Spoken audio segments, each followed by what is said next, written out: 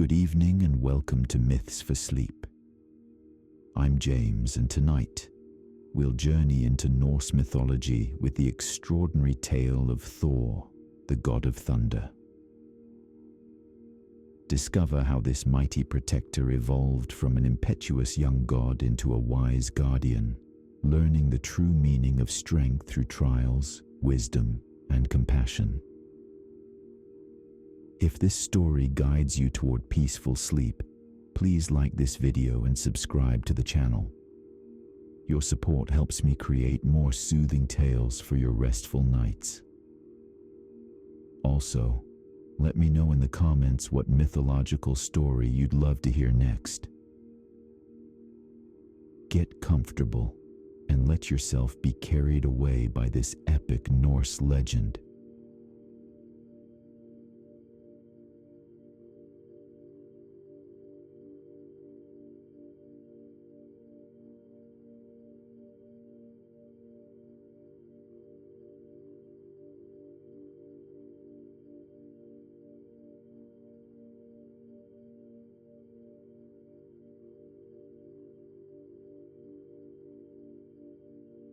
In the beginning, when the world was young and the gods still walked among the roots of Yggdrasil, there came a child whose cry would shake the very foundations of the 9 realms.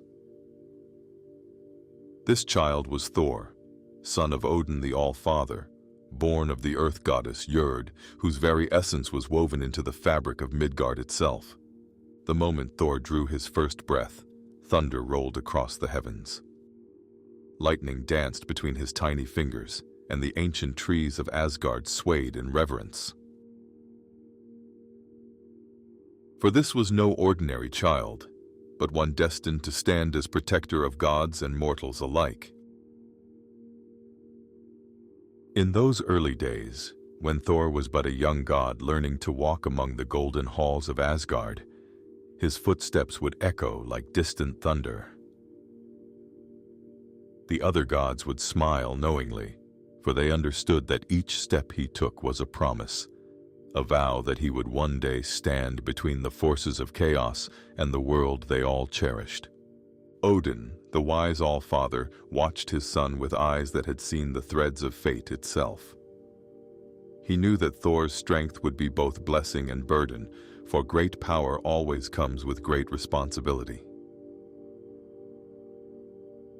In the quiet moments between day and night, when the aurora painted the sky in gentle colors, Odin would tell his son stories of honor, of duty, and of the delicate balance that keeps the cosmos turning. The young Thor listened with wonder, his red hair catching the light of the eternal fires that burned in Asgard's hearths. His blue eyes, bright as the clearest mountain lakes, reflected a spirit both fierce and gentle, like the storm that brings both destruction and the rain that nurtures new growth. As Thor grew, so did his understanding of the world around him. He learned that strength without wisdom is merely violence, and that true power lies not in the ability to destroy, but in the choice to protect. The dwarves of Svartalfheim, master craftsmen of the 9 realms, began to whisper of a hammer they would forge, a weapon that would be worthy of such a god. In the depths of their mountain forges, where the heart of the world beat strongest, the dwarven brothers Brokkr and Sindri worked with purpose and reverence. They knew they were creating more than a weapon. They were crafting a symbol of protection, a tool that would serve not just Thor, but all who needed defending. The hammer, which they would call Mjolnir, was born from the marriage of magic and craftsmanship. Its handle was carved from the wood of Yggdrasil itself, connecting it to the very source of all life. Its head was forged from the heart of a dying star, metal so pure and strong that it could channel the very essence of thunder and lightning. When the time came for Thor to claim his destiny, he stood before the great weapon with humility in his heart. For he understood that Mjolnir was not just his to wield, but his to serve. The hammer would only answer to one who was worthy, one whose heart was pure and whose intentions were noble. As Thor's hand closed around Mjolnir's handle for the first time, the 9 realms themselves seemed to sigh in relief. Here was their protector, their guardian against the dark forces that would see order turn to chaos. The hammer felt familiar in his grip, as if it had been made for him before time began, as if his very soul had been shaped to complement its power. From that day forward, Thor became known as the god of thunder, the defender of Asgard, the friend of mankind. But those who knew him best understood that his greatest strength was not his mighty hammer or his power over storms, but his unwavering commitment to justice and protection.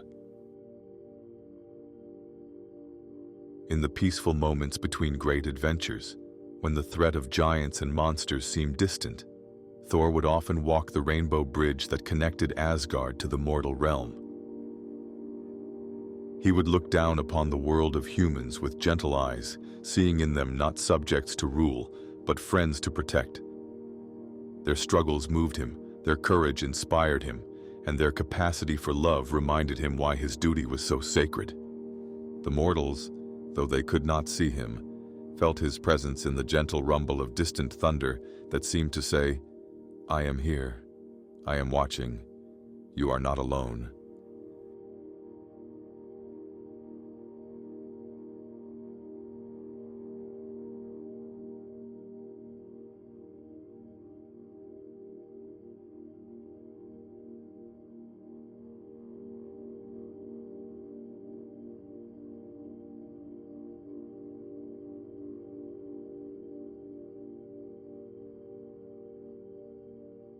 As Thor grew into his power, the Allfather knew that true strength could only be forged through trials and testing.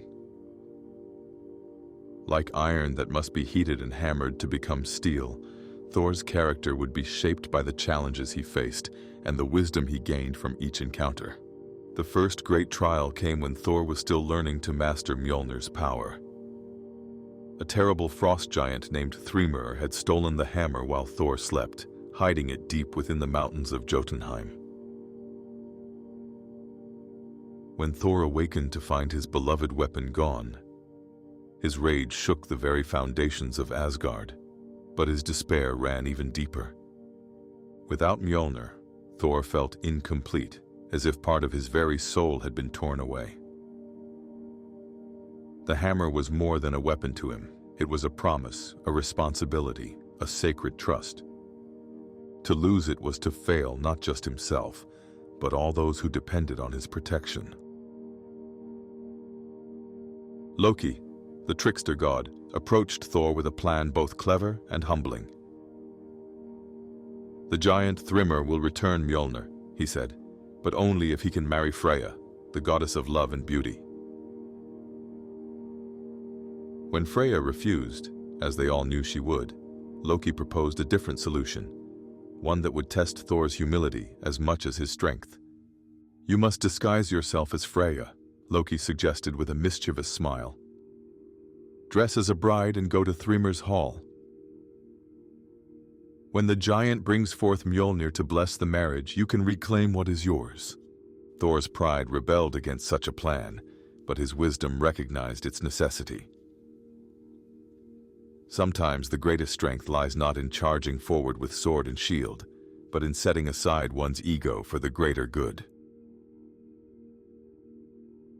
And so Thor, the mighty god of thunder, dressed himself in bridal clothes and veils, learning in that moment that true courage sometimes requires us to appear foolish in the eyes of others. The journey to Jotunheim was long and strange, with Thor struggling to move gracefully in his disguise. But with each step, he learned something new about patience, about the power of deception when used for righteous purposes, and about the many forms that bravery can take. When they arrived at Thrymr's hall, the giant was overjoyed to see his bride. He ordered a great feast, and Thor, still in disguise, ate with such appetite that Thrymr grew suspicious. "Why does my bride eat so much?" the giant asked. Quick-thinking Loki explained that Freya had been so excited about the marriage that she had not eaten for 8 days. The deception continued through the evening, with Thor barely containing his true nature. When Thrymr finally called for Mjolnir to be brought forth to bless the marriage, Thor's heart leaped with joy. But he waited, showing a patience he had never needed to learn before, until the hammer was placed in his hands. The moment Mjolnir touched Thor's fingers, the disguise fell away like morning mist. The god of thunder stood revealed in all his glory, but this was a different Thor than the one who had lost the hammer. This Thor had learned humility, patience, and the value of wisdom over pure strength. What followed was swift and decisive, but not cruel. Thor reclaimed his hammer and dealt with Thrymr and his giant kin, but he did so with a measured response rather than blind fury. He had learned that true strength lies not in the ability to destroy everything in one's path, but in the wisdom to know when to act and how much force to use. The journey back to Asgard was quiet and contemplative. Thor reflected on the lessons learned, understanding that his greatest enemy was not the giants or the monsters that threatened the 9 realms, but his own pride and tendency toward rash action. Mjolnir felt different in his hands now, not just as a weapon, but as a reminder of responsibility and the importance of wisdom. This trial taught Thor that strength comes in many forms. Physical might is important, but mental fortitude, emotional resilience, and the ability to adapt to unexpected situations are equally valuable. A truly strong person is one who can face any challenge, whether it requires the force of a thunderstorm or the gentleness of a summer breeze. In the days that followed, Thor found himself thinking differently about his encounters with mortals and immortals alike. He began to see each interaction as an opportunity to learn, to grow, and to become more worthy of the trust placed in him. The god of thunder was becoming something more, a protector whose strength was matched by his wisdom, whose power was tempered by his compassion. The other gods noticed the change in Thor, and they smiled knowingly. For they understood that the greatest warriors are not those who never face defeat, but those who learn from every battle, who grow stronger not just in body, but in spirit. Thor was becoming the god they all knew he could be, not just a wielder of thunder and lightning, but a beacon of hope and protection for all who needed it. As night fell over Asgard and the stars began their eternal dance across the sky, Thor stood upon the ramparts of his hall, looking out over the 9 realms with new eyes.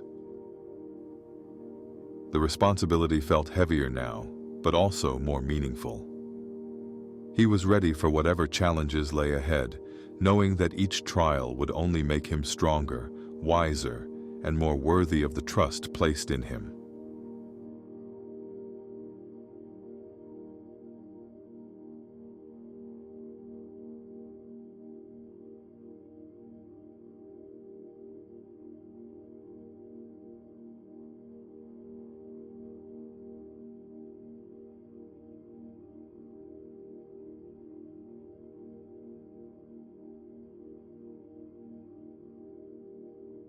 There came a time when Thor felt the call to venture beyond the familiar halls of Asgard, to test his strength against the ancient powers that dwelt in the realm of the giants.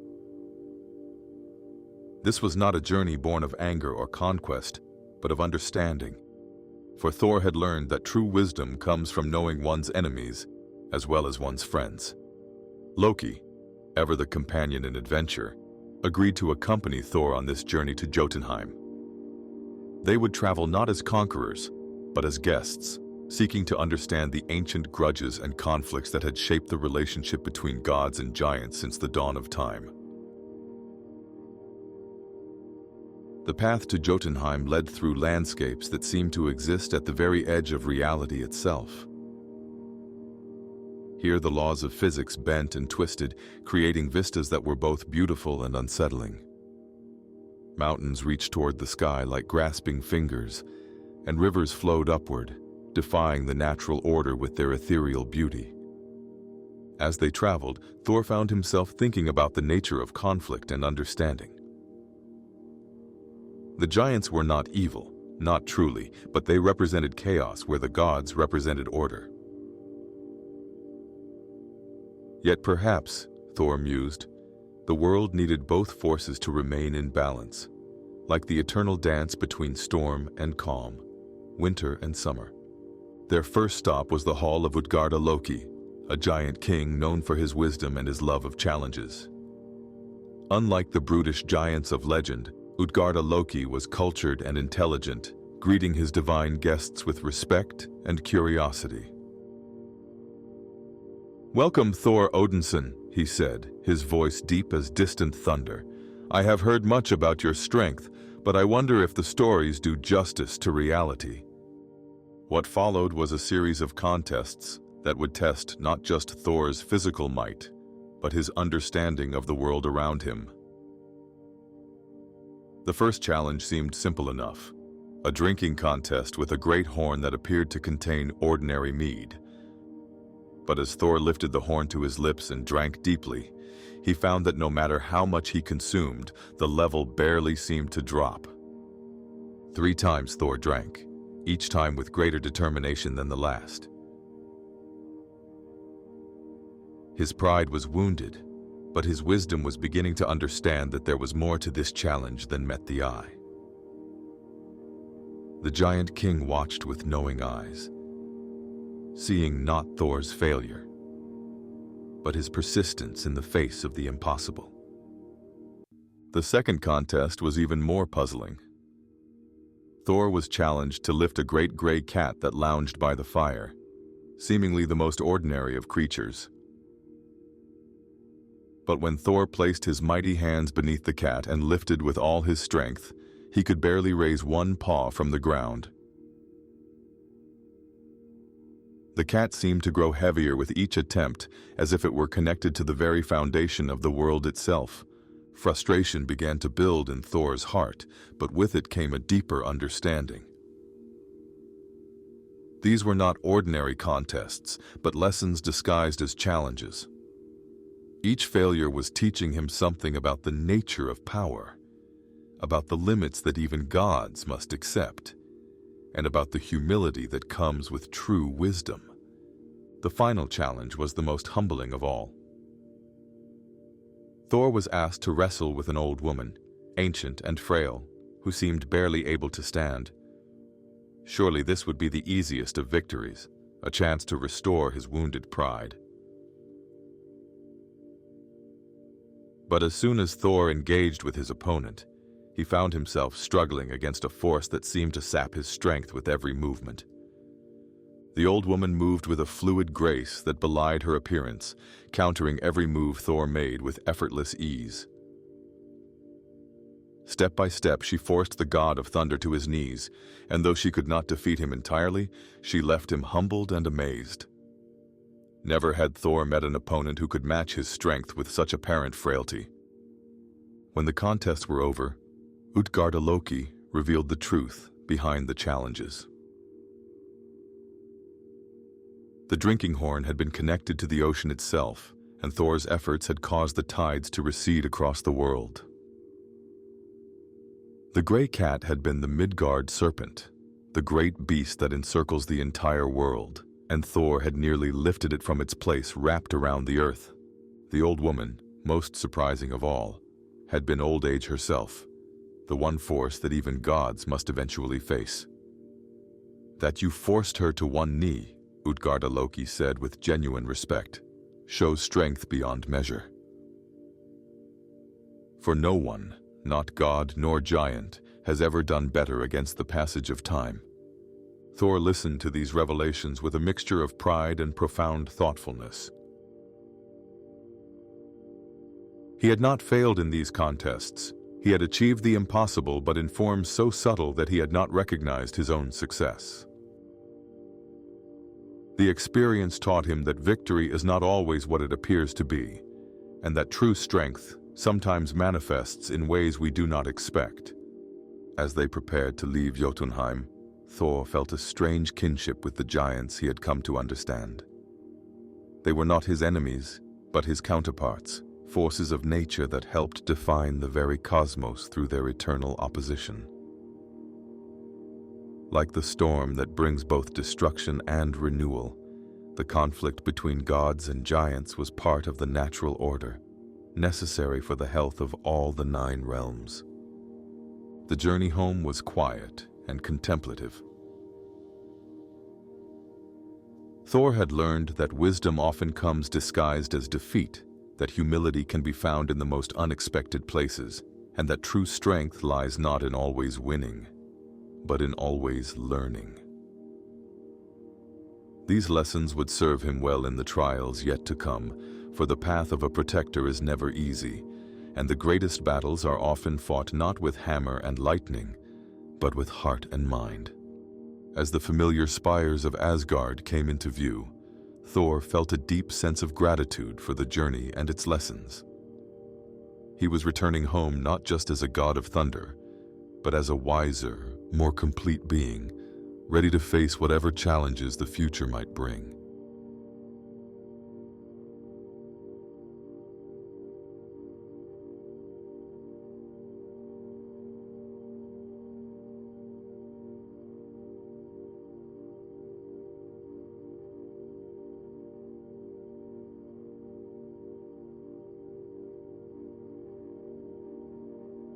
In the depths of the great ocean that surrounds Midgard, there dwells a creature so vast and ancient that its very existence shapes the boundaries of the mortal world. This is Jormungandr, the Midgard serpent, offspring of Loki and the giantess Angrboda, a being destined to play a crucial role in the fate of gods and mortals alike. The serpent had grown beyond all measure since its birth, its coils now wrapping entirely around the earth, its tail meeting its head in an eternal circle. When it moved, the seas would churn and storm, and when it rested, the waters would grow calm and still. It was both guardian and prisoner of the ocean depths, a living boundary between the world of men and the unknown vastness beyond. Thor had encountered this great serpent before, during his journey to Jotunheim, though he had not recognized it at the time. The memory of that gray cat, impossibly heavy and strangely familiar, had haunted his dreams. Now, understanding the true nature of that encounter, Thor felt a strange pull toward the ocean, as if the serpent itself were calling to him across the waves. The call came at a time when Thor was struggling with questions about destiny and free will. The Norns, those ancient weavers of fate, had spoken of a time when Thor and the serpent would meet in final battle, when the thunder god would slay the great beast, but die from its poison in the same moment. This prophecy troubled Thor deeply, for he had never been one to accept fate without question. On a morning when the sea was unusually calm, Thor made his way to the shore of Midgard. The waves lapped gently against the rocks, and the air was filled with the scent of salt and seaweed. He found an old fisherman named Hymir preparing his boat for the day's work, and Thor approached him with a request that would change both their lives forever. "Take me to the deep waters," Thor said, his voice carrying both authority and something deeper, a need for understanding that went beyond mere command. "I seek the great serpent that dwells in the ocean's heart." Hymir, recognizing the god despite his simple dress, agreed with a mixture of fear and fascination. The boat was small and simple, carved from a single oak tree and worn smooth by countless journeys across the waves. As they rowed out into deeper waters, Thor felt the weight of destiny settling around him like a cloak. But this was not a journey toward inevitable fate. It was a quest for understanding, a chance to meet his destined opponent not as an enemy, but as a fellow being caught in the web of cosmic necessity. The sea grew darker as they moved further from shore, its depths hiding mysteries that even the gods could not fully comprehend. Thor prepared his fishing line, but this was no ordinary tackle. The hook was forged from the strongest metal, and the bait was the head of the great ox Hymnir yacht, a creature so massive that its sacrifice would surely draw the attention of the serpent. As the bait sank into the depths, Thor felt a strange sense of peace settle over him. The gentle rocking of the boat, the rhythm of the waves, and the vast expanse of sky above created a meditation in motion. Here, suspended between heaven and earth, between certainty and mystery, Thor found a moment of perfect balance. The wait was long and contemplative, filled with the kind of patience that Thor had learned through his various trials. He watched the play of light on the water, the dance of clouds across the sky, and felt himself becoming part of the eternal rhythm of the sea. This was not the impatient Thor of his youth, but a god who had learned to appreciate the value of stillness and reflection. When the strike came, it was with a force that shook the very foundations of the ocean. The serpent had taken the bait, and now Thor felt its incredible power transmitted through the fishing line. But rather than immediately beginning a battle, Thor found himself marveling at the creature's strength, recognizing in it a kindred spirit, another being of immense power bound by forces beyond its control. The struggle that followed was unlike any battle Thor had ever fought. This was not a clash of weapons, but a test of wills, a contest between two beings who understood that they were playing out a drama larger than themselves. The serpent fought with the fury of the storm, but also with an intelligence that Thor had not expected, as if it too understood the significance of their encounter. As Thor pulled against the serpent's might, he felt his own strength tested to its limits. His muscles strained, his divine endurance was pushed to its breaking point, and yet he continued, driven not by anger or the desire for victory, but by a need to understand this creature that was so intimately connected to his own fate. The serpent's head finally broke the surface of the water, massive beyond imagination, its eyes holding an intelligence that was both alien and familiar. For a moment, God and serpent looked at each other across the divide of species and destiny, each recognizing something of themselves in the other. Thor saw in those ancient eyes not malice, but a kind of weary resignation, the acceptance of a being that had grown too large for its own comfort. In that moment of recognition, Thor made a choice that would echo through the ages. Rather than striking with Mjolnir, rather than seeking to fulfill the prophecy through violence, he spoke to the serpent with words of understanding. "We are both prisoners of fate," he said, his voice carrying across the waves. "But perhaps we can choose how we face that fate." The serpent's response was not in words, but in a gradual relaxation of its struggles, a recognition that passed between them like a current in the water. Slowly, carefully, Thor released the fishing line, and the great beast sank back into the depths, disappearing into the darkness from which it had come. The journey back to shore was quiet and thoughtful. Hymir, who had witnessed the encounter in terrified amazement, could barely comprehend what he had seen. But Thor understood that something fundamental had changed in that moment of meeting, something that might alter the very nature of the fate that awaited them both. As they reached the shore, Thor felt a profound sense of completion, not of a task finished, but of an understanding reached. The serpent was not his enemy, but his counterpart, another being caught in the great web of destiny but still capable of choice within that web. The prophecy still remained, but perhaps its meaning was more complex than anyone had imagined. The encounter with Jormungandr had taught Thor that even the most inevitable seeming fates could be approached with wisdom and compassion. The great serpent would always be part of his story, but how that story ended might still be a choice they could make together when the time finally came.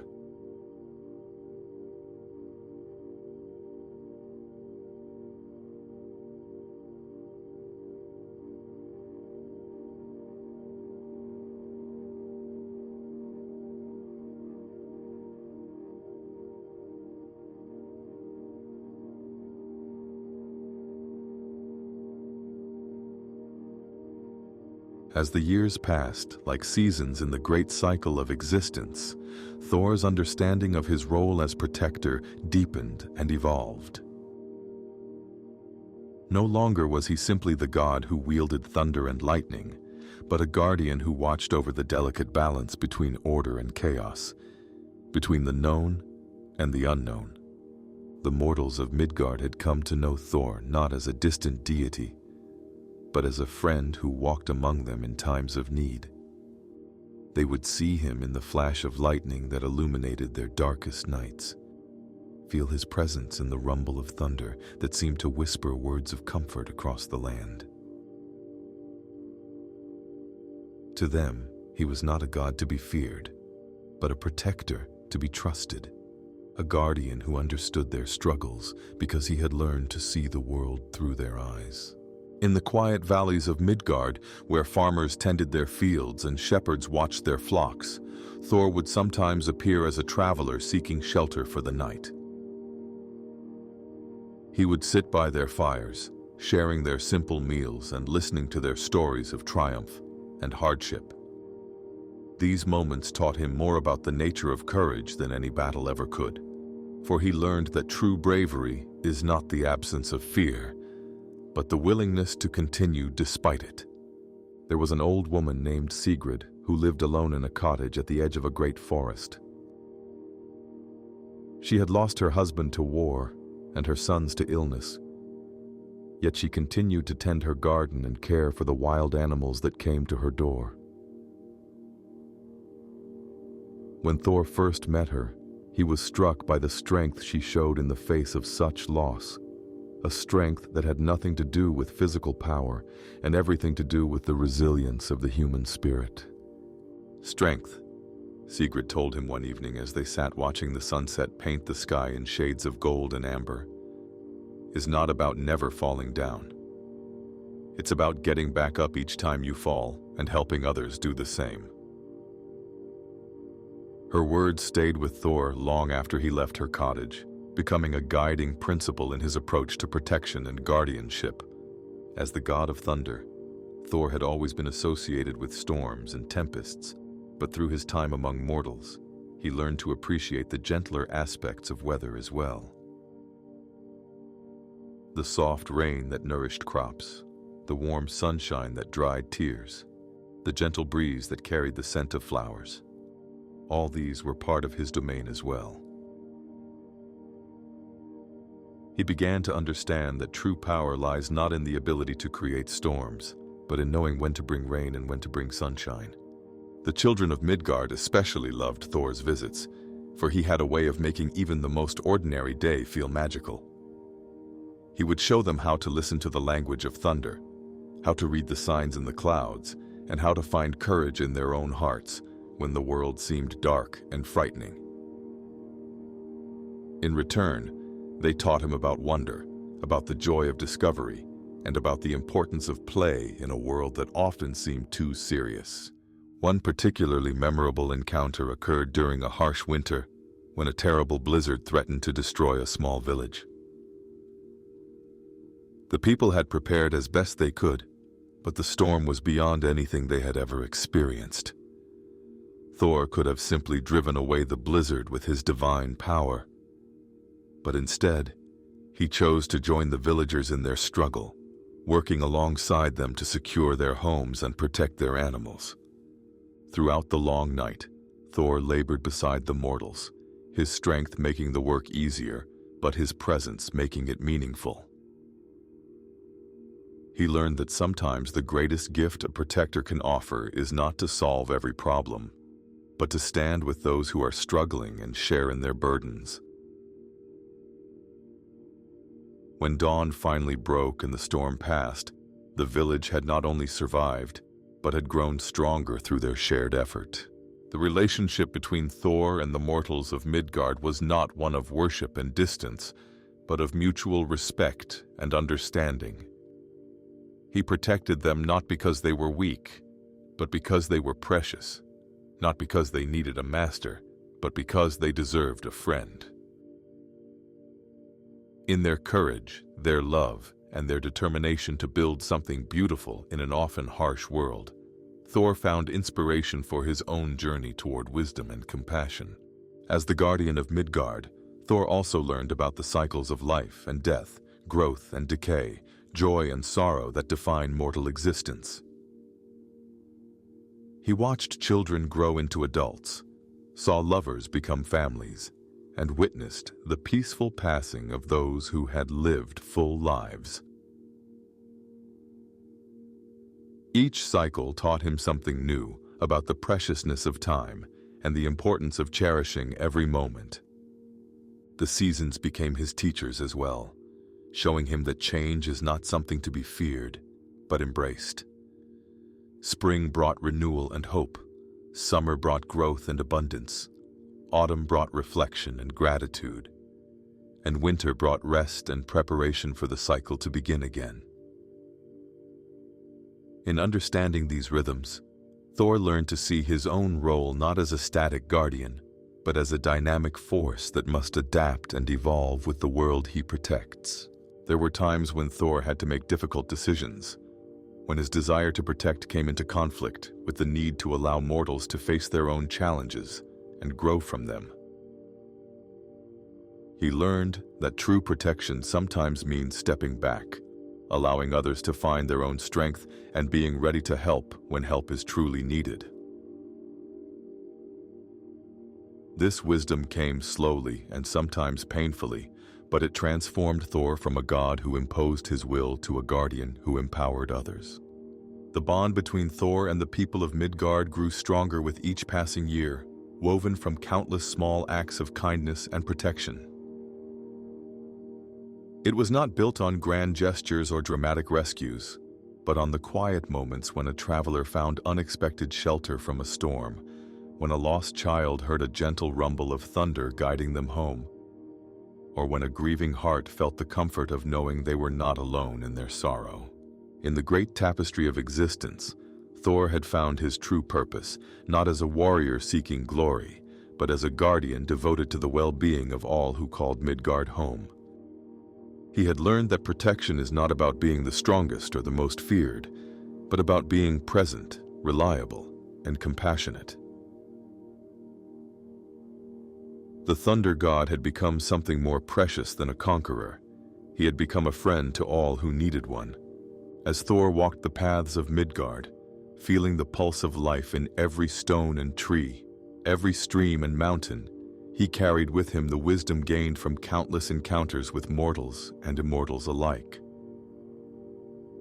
He understood now that his strength was not diminished by gentleness, but enhanced by it, that his power was not lessened by compassion, but made more meaningful through it. The night sky above Midgard seemed to sparkle with extra brightness when Thor was near, as if the very stars approved of the god he had become. And in the gentle rumble of distant thunder that rolled across the peaceful land, the people heard not a threat, but a promise. A reminder that they were loved, protected, and never truly alone in the vast cosmos that surrounded them all.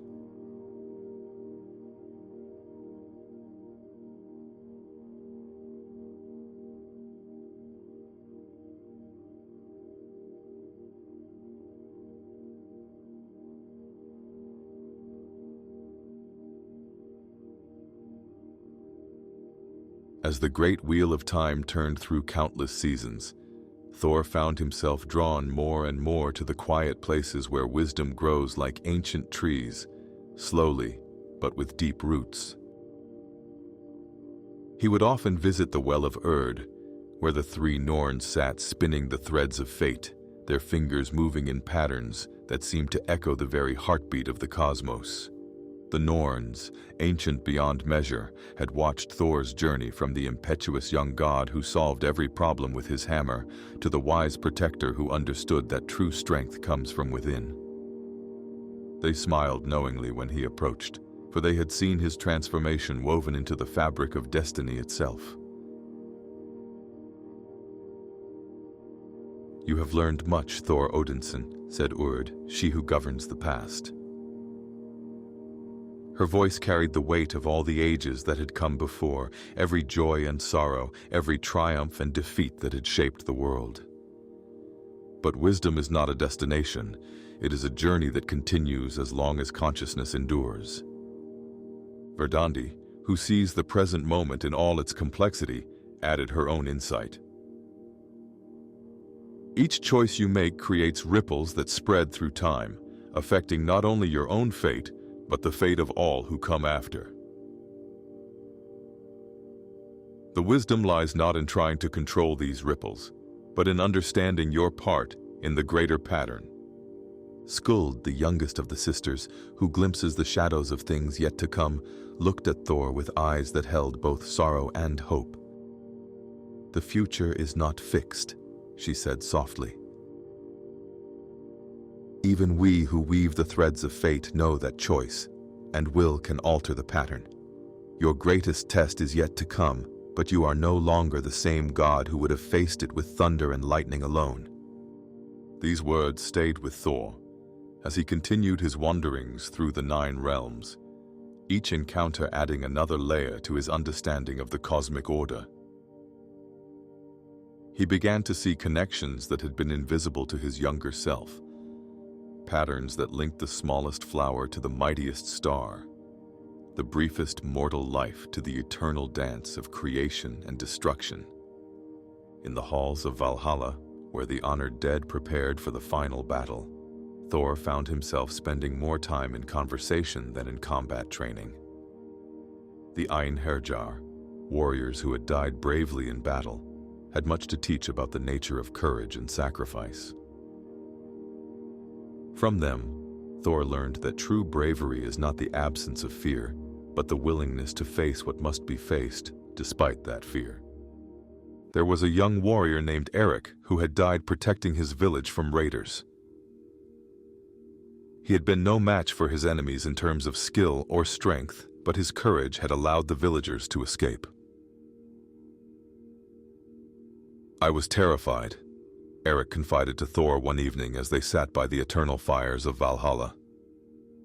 "But I knew that if I didn't stand my ground, the children would never make it to safety." Sometimes courage isn't about being fearless, it's about being more afraid of failing others than of failing yourself. This simple truth struck Thor with the force of lightning. He realized that his own journey from reckless youth to wise protector had been guided by this same principle. Every challenge he had faced, every lesson he had learned, had been preparing him for moments when he would need to choose between his own comfort and the welfare of others. The wisdom Thor gained was not just intellectual knowledge, but a deep understanding that came from living and experiencing the full spectrum of existence. He learned that patience is not passive waiting, but active preparation. He discovered that humility is not thinking less of yourself, but thinking of yourself less. He understood that true power lies not in the ability to impose your will, but in the wisdom to know when to act and when to refrain from action. As Thor's wisdom deepened, so did his appreciation for the interconnectedness of all things. He began to see that every being, from the smallest insect to the mightiest god, had a role to play in the great symphony of existence. The giants he had once viewed as enemies were revealed to be necessary forces of change and challenge, without which the cosmos would stagnate and die. Even his relationship with Loki became more nuanced and understanding. The trickster god, with all his flaws and contradictions, served a purpose in the cosmic order. His chaos balanced the gods' order. His questions challenged their assumptions, and his very presence forced them to grow and adapt. Thor learned to appreciate Loki's role while still maintaining boundaries, understanding that acceptance does not mean approval, and that wisdom sometimes requires difficult relationships. The concept of Ragnarok, the twilight of the gods, took on new meaning for Thor as his wisdom grew. What had once seemed like a terrible ending to be feared or fought against, now appeared as a necessary transformation, a cosmic renewal that would clear the way for new growth. Like the forest fire that destroys but also fertilizes, like the winter that kills but also prepares the ground for spring, Ragnarok was part of the eternal cycle of death and rebirth that keeps the universe alive and dynamic. This understanding brought Thor a deep sense of peace, not the peace of resignation, but the peace of acceptance. He would continue to protect, to fight when necessary, to stand guard over the things he loved. But he would do so with the knowledge that his efforts were part of something larger than himself, that his individual story was woven into the greater narrative of existence itself. In the quiet moments between adventures, Thor would often sit in meditation, feeling the pulse of life that flowed through all things. He would sense the heartbeat of the great world tree Yggdrasil, the breath of the cosmic winds, the slow dance of the planets in their eternal orbits. In these moments, he was not just Thor the thunder god, but Thor the wise, a being who had learned to see beyond the veil of appearances to the deeper truths that govern all existence. The wisdom he had gained was not his alone to keep, but a gift to be shared with all who were ready to receive it. Through his actions, his presence, and his example, Thor became a teacher as well as a protector, showing others that true strength comes not from the absence of weakness, but from the transformation of weakness into wisdom. His journey from reckless youth to wise guardian had prepared him for whatever challenges lay ahead, not because he was stronger, but because he was more complete, more understanding, more at peace with his place in the cosmic order. As the ages turned and the wheel of time continued its eternal rotation, Thor stood ready to face whatever the future might bring, not as a god seeking glory, but as a being devoted to the protection and nurturing of all life. His wisdom had become his greatest weapon, his compassion his strongest armor, and his understanding his most reliable guide through the labyrinth of existence.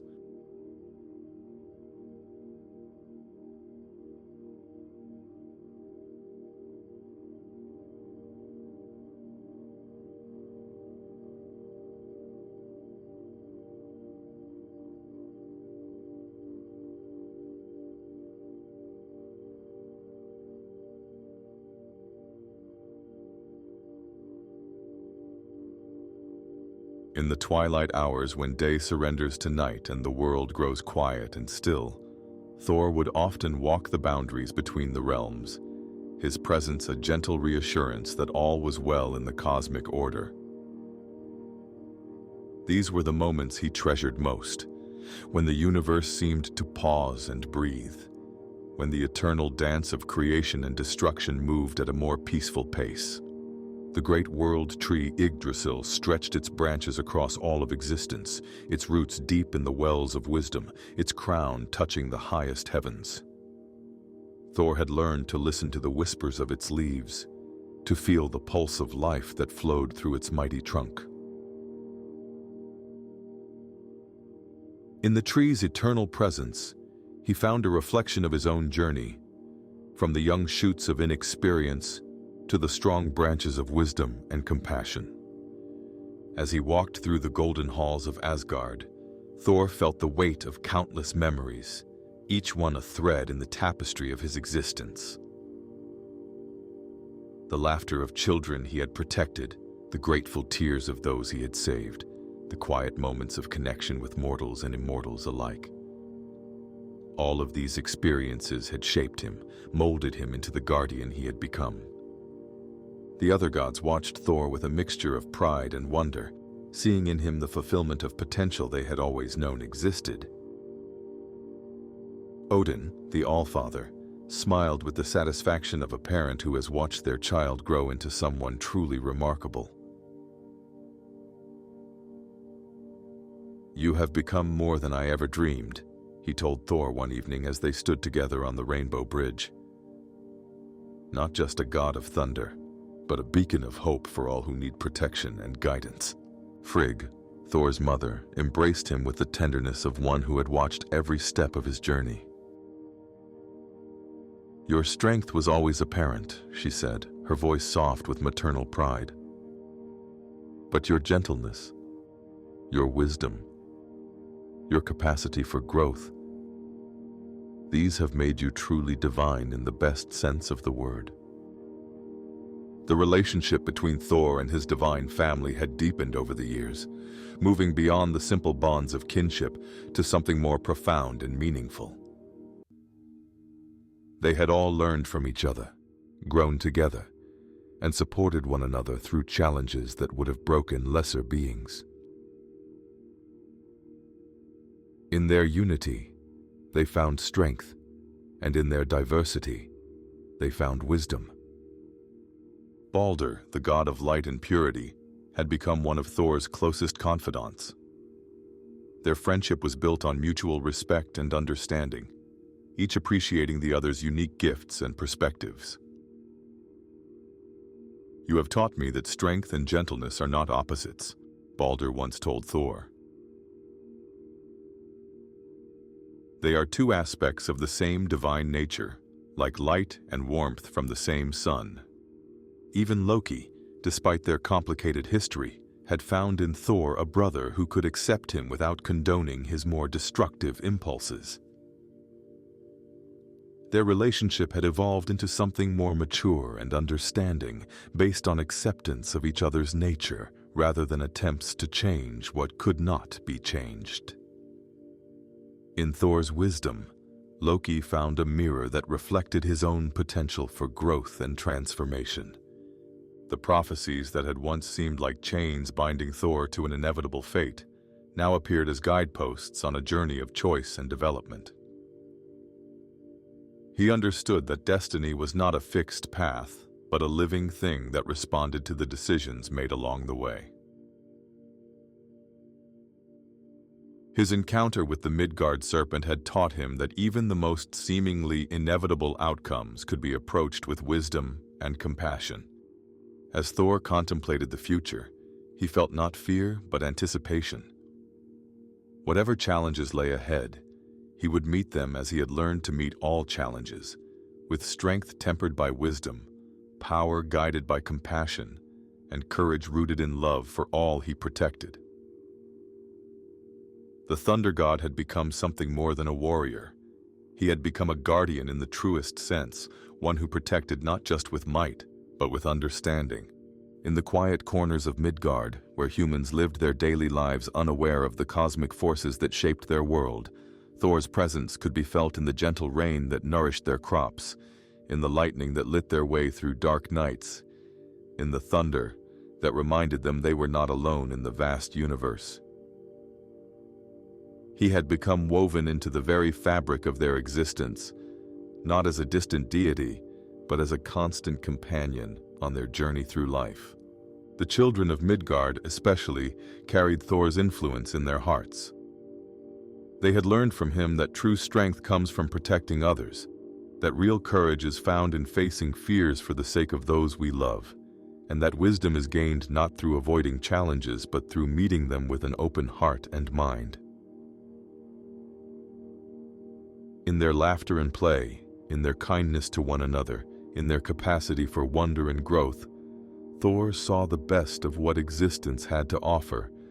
As the cosmic wheel continued its eternal turning, Thor stood as a bridge between the ancient wisdom of the gods and the fresh perspectives of mortals, between the unchanging truths of the cosmos and the ever-evolving nature of consciousness itself. He had learned that being a guardian meant more than just protecting others from harm. It meant helping them discover their own strength, their own wisdom, their own capacity for growth and transformation. The Hall of Bilskirnir, Thor's own dwelling in Asgard, had become a place of gathering and reflection, where beings from all the 9 realms could come to share their stories and seek guidance. The great hearth burned with eternal fire, its warmth welcoming all who entered with peaceful intentions. Here, Thor would sit with visitors, listening to their tales, offering counsel when asked, and simply being present for those who needed the comfort of knowing they were heard and understood. The thunder that rolled across the sky had become a language of comfort and reassurance, a way for Thor to communicate with those who needed to know they were not forgotten. In its rumble, sensitive hearts could hear messages of encouragement, promises of protection, and reminders that every soul had value and purpose in the great symphony of existence. As night deepened and the stars emerged in their full glory, Thor would often stand on the highest towers of Asgard, looking out over the 9 realms with eyes that had learned to see not just with divine sight, but with divine understanding. He saw the intricate connections that bound all things together, the delicate balance that kept the cosmos functioning, and the endless potential for growth and transformation that existed in every moment. The god of thunder had become the god of wisdom, the protector had become the teacher, the warrior had become the guardian of peace. In his journey from impetuous youth to wise guardian, Thor had discovered that the greatest strength lies not in the power to destroy, but in the ability to nurture, protect, and guide others toward their own divine potential. And so Thor continued his eternal watch, his presence a constant reassurance that in a universe of constant change and challenge, there remained forces of protection, wisdom, and love that would never abandon those who needed them. The Thunder God had found his true purpose, not in the glory of battle, but in the quiet satisfaction of knowing that his existence made the world a little safer, a little kinder, and a little more full of hope for all who called the 9 realms home. In the gentle rhythm of his breathing, in the steady beat of his heart, in the eternal vigilance of his watch, Thor embodied the very essence of what it means to be a guardian, a protector, a friend to all who journey through the vast and wondrous mystery of existence. And in that role, he had found not just his purpose, but his peace, his joy, and his eternal home in the hearts of all who knew that they were loved, protected, and never truly alone in the cosmos that embraced them all.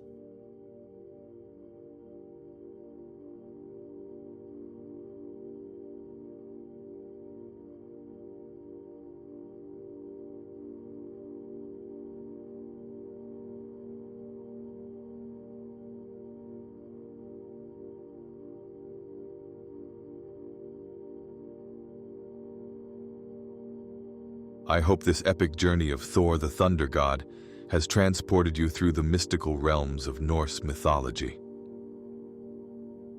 May the wisdom of this mighty guardian accompany you toward deep and restorative sleep. If you enjoyed this voyage through Asgard and Midgard, I invite you to subscribe to discover other tales that will cradle your nights to come.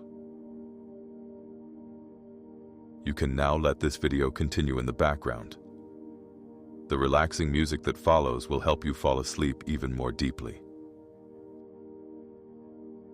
Settle in comfortably and let your body surrender completely. Just as Thor watches over the 9 realms, this soothing melody will watch over your sleep.